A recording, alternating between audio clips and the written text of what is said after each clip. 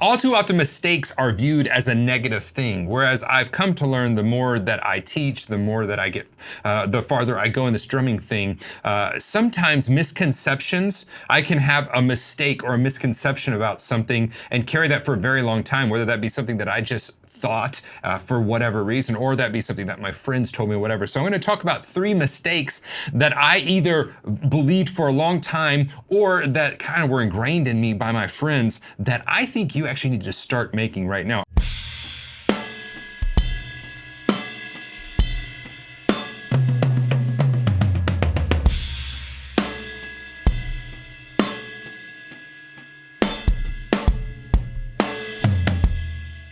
All right, the first one is, in your practice time, you need to be making mistakes. I used to think that my practice time was supposed to be full of all the time doing the correct thing. Now, the way you learn a thing is by doing it correctly over and over and over. So you don't want to continually make the same mistakes. But I also don't want to happen is in my practice time to continually sound good. I don't want my practice time to always sound like I'm making a recording. We're not getting anywhere if that's the case. To me, I used to avoid mistakes in my practice time. I would beat myself up when I would make them. Now, a mistake to me is the path, right? It is the way to finding success. Because whenever I make a mistake, and I really kind of hammer this away with my students and the people I teach, whenever you make a mistake, all that is like taking a flashlight and shining that on a part of your playing and going, hey, you can't do that very well. But all too often, what do? We make the mistake and we want to keep playing that pattern at the same tempo and hope, fingers crossed, that maybe the next time we come around, we won't make that mistake again, right? But you will. So what you have to do is you shine the light on that and go, well, why did I just mess up? Let's peel that back. Let's slow this down. So to me, in my practice time, I'm constantly looking to break something. I'm constantly trying to take a pattern to the point that it breaks. And then when it breaks, I step back and go, oh wow, what broke about that? And I repeat this over and over and over in my practice time. So for years, I thought it was a mistake to be making mistakes in my practice time. But what I've learned now is mistakes are a great thing. They let us know where we need to make work on a pattern. And then what we do is we slow that down until we can play it consistently without mistakes. And then speed is a natural byproduct of learning something well. So you speed that back up until you get it up to tempo, and then you keep going until you make another mistake. And when you make another mistake, that's a good thing. You peel back the tempo, figure out why you made the mistake, and then you hit it again.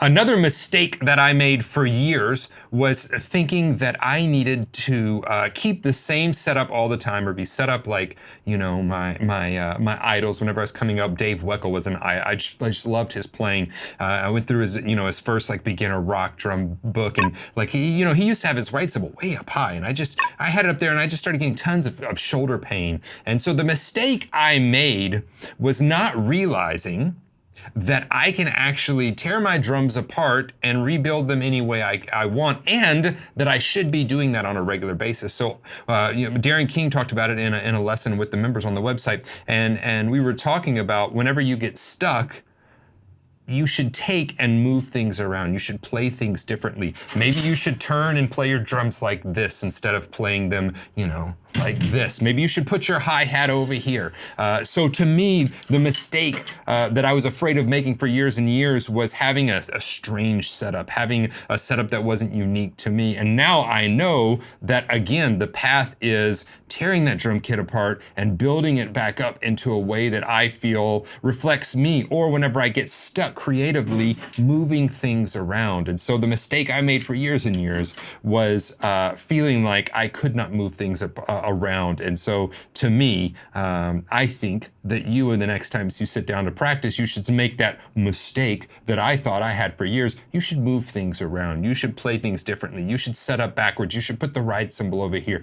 You should try different things, different sounds, put a towel over the snare drum, do anything that's going to really boost your creativity.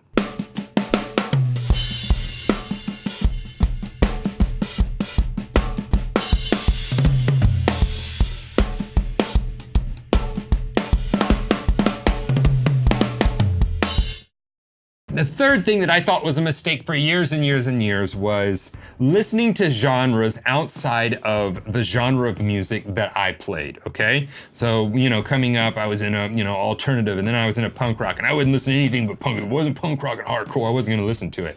Why did I feel that way? I felt that way because I thought if I listen to anything else, then I'm gonna not sound like a punk rock drummer or whatever that may be. The same way I've talked to some cats that play jazz. I have a degree in jazz studies, so I know that world well. And many of them don't want to listen to anything but jazz.